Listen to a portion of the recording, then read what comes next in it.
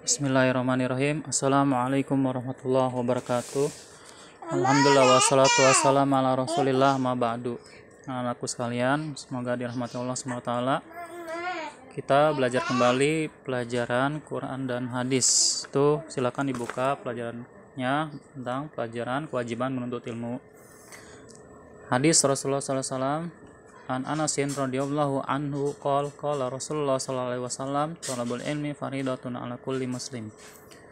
Dari Anas radhiyallahu anhu, dia berkata, Rasulullah SAW bersabda, menuntut ilmu merupakan kewajiban bagi setiap muslim. Hadis sahih riwayat Tabrani, Baihaqi dan Ibnu Majah. Anakku sekalian, semoga dirahmati Allah SWT.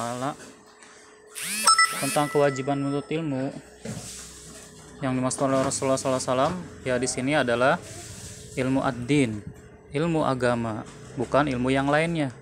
Sebagaimana yang dijelaskan oleh Al-Imam Ibnu Hajar Al-Asqalani dalam Fathul Barinya. Jadi ilmu tentang kita, bagaimana kita mengenal tata cara ibadah dan muamalah. Itu ilmu syar'i. Itu yang diwajibkan kepada kita untuk mempelajarinya. Itu ilmu agama. Karena dengan ilmu agama kita mengetahui jalan-jalan menuju surga. Sebagaimana sabda Rasulullah SAW, man salaka tariqan yaltamisu fihi ilman sahalallahu lahu bihi tariqan ilal jannah. Barang siapa yang menempuh suatu jalan untuk menggapai ilmu, maka Allah akan mudahkan jalannya ke surga.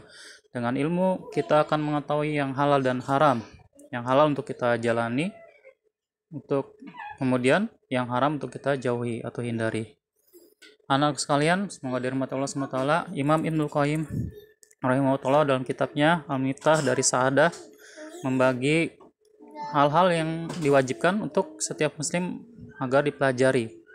Yaitu apa saja? Yang pertama, kita diwajibkan untuk mempelajari tentang pokok-pokok agama, yaitu yang berhubungan dengan usuluddin, seperti kita mempelajari tentang, kita harus mengetahui tentang rukun iman, yaitu iman kepada Allah, iman kepada malaikatnya, pada kitab-kitabnya, rasulnya, berhubungan dengan rasulnya, terus hari kiamat, dan tentang takdir. Yang kedua, kata Ibnu Qayyim al-Jauziyah, kita mempelajari tentang ilmu-ilmu yang berkaitan dengan ibadah, yaitu seperti tentang tata cara sholat, puasa, haji, zakat, dan hal-hal yang berkaitan dengannya, seperti kayak syarat-syarat, rukun-rukun, dan pembatal-pembatalnya. Kemudian yang ketiga, Ibnu Qayyim menyebutkan kita wajib mempelajari hal yang diharamkan atas kita. Sebagaimana yang tadi Papa jelaskan dalam hadis tentang keutamaan menuntut ilmu. Dengan kita mengetahui jalan-jalan yang diperintahkan Allah, dengan ilmu kita mengetahui jalan-jalan yang Allah perintahkan dan Allah larang. Nah, maka kita mempelajari hal yang apa saja yang dilarang oleh Allah SWT untuk kita hindari. Kemudian yang keempat, kita berkewajiban mempelajari ilmu tentang interaksi kita dengan orang lain, seperti ilmu muamalah, yaitu seperti contohnya perdagangan.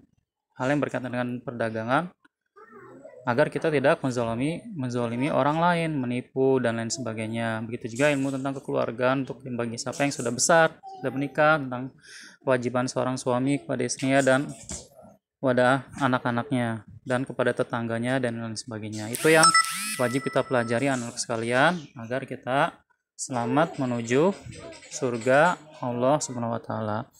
Kemudian sebagai motivasi mempelajari ilmu, ada beberapa keutamaan dari orang yang mempelajari ilmu, yaitu yang dimaksud oleh Pak Guru ada ilmu agama. Yang pertama, dengan ilmu agama menyebabkan kita dimudahkan jalannya ke surga, sebagaimana yang Bapak tadi sudah jelaskan di atas. Yang kedua, dengan ilmu agama adalah ilmu sebagai pewaris para nabi, sebagaimana Allah jelaskan di Al-Quran. Al-ulama warasatul anbiya. Para ulama itu adalah warisan para nabi. Yang diwariskan nabi adalah ilmu, bukan harta. Kemudian yang ketiga, ilmu akan kekal dan akan bermanfaat walaupun pemiliknya sudah meninggal. Sebagaimana dijelaskan dalam hadis Rasulullah SAW, "Iza mata ibnu Adam in qata amaluhu illa min salas.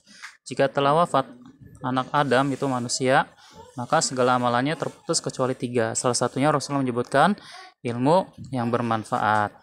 Kemudian yang keempat adalah Allah tidak memerintahkan nabinya meminta tambahan apapun selain ilmu.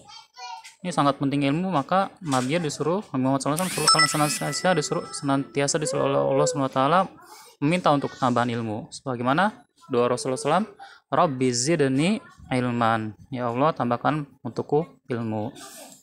Kemudian yang kelima, orang yang dipahamkan agama adalah yang dikehendaki kebaikan kepadanya.